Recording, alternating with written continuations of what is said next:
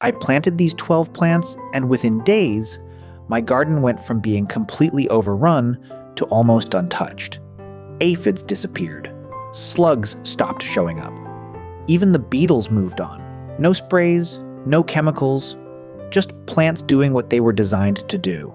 And once you understand this system, you stop fighting pests and start controlling the entire environment. Last season, I was close to giving up. My lettuce was covered in aphids. Tomato leaves looked like something had chewed through them overnight. I tried everything people recommend: soap sprays, vinegar mixes, store-bought solutions.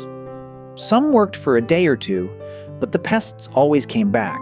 Stronger, faster, more stubborn. That's when I realized the problem wasn't the bugs. It was how I was planting. Then I discovered something that changed everything. Companion planting, not as a theory, but as a system. Plants that repel, plants that distract, and plants that bring in the predators that do the work for you. In this video, I'll show you 12 of the most effective companion plants you can use right now. Some of them act like shields, some act like bait, and a few completely flip the balance of your garden. Stay with me, because once you combine these the right way, pests don't stand a chance. Let's start simple. Basil. Most people grow it for the kitchen, but in the garden it plays a completely different role.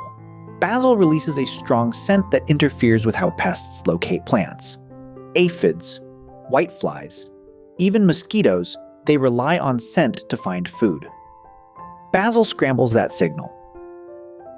I started planting basil right next to my tomatoes, and within a couple of weeks the difference was obvious. Fewer bugs, cleaner leaves, healthier growth. It's one of the easiest and most immediate upgrades you can make. But here's where things get a little more powerful. Mint. This plant is aggressive in both good and bad ways. Its strong menthol scent drives away ants, aphids, and cabbage moths. But if you plant it directly in your garden bed, it spreads fast. Faster than most people expect. I made that mistake once and it completely took over. Now I grow mint in containers and place those containers between crops. It creates a moving barrier. You get the protection without losing control of your space. Next is a plant that works quietly, almost invisibly. Rosemary. It doesn't look like a defensive plant, but it absolutely is. Its sharp, pine-like aroma repels beetles, slugs, and carrot flies. I like to place rosemary along the borders of my garden beds. It acts like a natural perimeter. You won't see it doing anything dramatic, but over time, you'll notice fewer pests crossing into your space. Now let's shift into something more strategic. Onions. Most people think of onions as just another crop, but underground and above ground, they're constantly releasing sulfur compounds that pests hate. Aphids, carrot flies, cabbage worms, they all avoid it. But here's where it gets interesting. When you plant onions next to carrots, both plants protect each other. The scent of onions confuses carrot flies, and the scent of carrots confuses onion flies. It's one of the simplest and smartest combinations you can plant. And if you want to amplify that effect even more, garlic. This is one of the strongest natural repellents you can grow. Garlic releases compounds into the soil and air that target some of the most persistent pests: aphids, spider mites, even Japanese beetles. I plant garlic around tomatoes, peppers, and even roses. It works like a silent defense system, constantly active without you having to do anything. Now let's flip the strategy completely. Radish. This plant doesn't repel pests, it attracts them. And that's exactly why it works. Radishes act as a trap crop.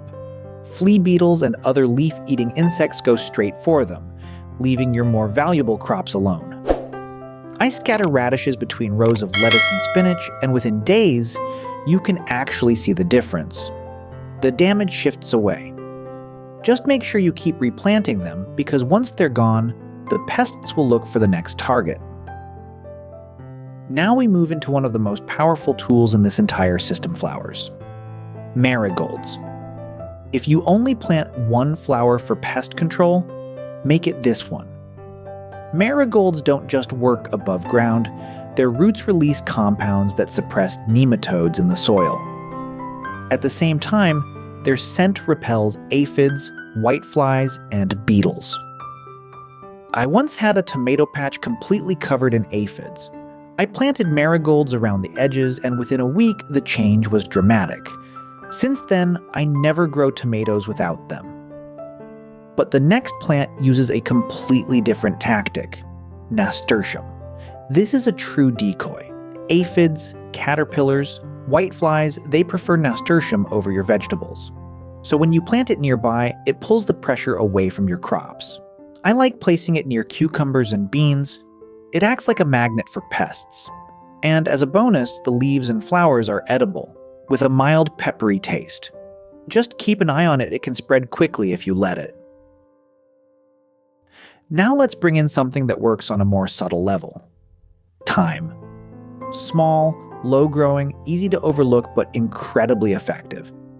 Thyme releases essential oils that mask the scent of nearby plants. That means pests can't easily locate what they're looking for. I plant thyme between rows, filling empty spaces. It protects the soil, reduces weeds, and quietly disrupts pests at the same time. And here's the best part: it thrives in tough conditions, so it doesn't compete with your main crops. Now we move from defense to offense: dill. This plant changes the entire dynamic of your garden. When dill grows, it attracts hoverflies and other beneficial insects. Their larvae feed on aphids and soft-bodied pests. So instead of trying to eliminate pests yourself, you're bringing in something that hunts them for you. I plant dill near cucumbers and cabbage, and it consistently improves the balance of the garden. And then there's one plant that almost feels like a shortcut: borage.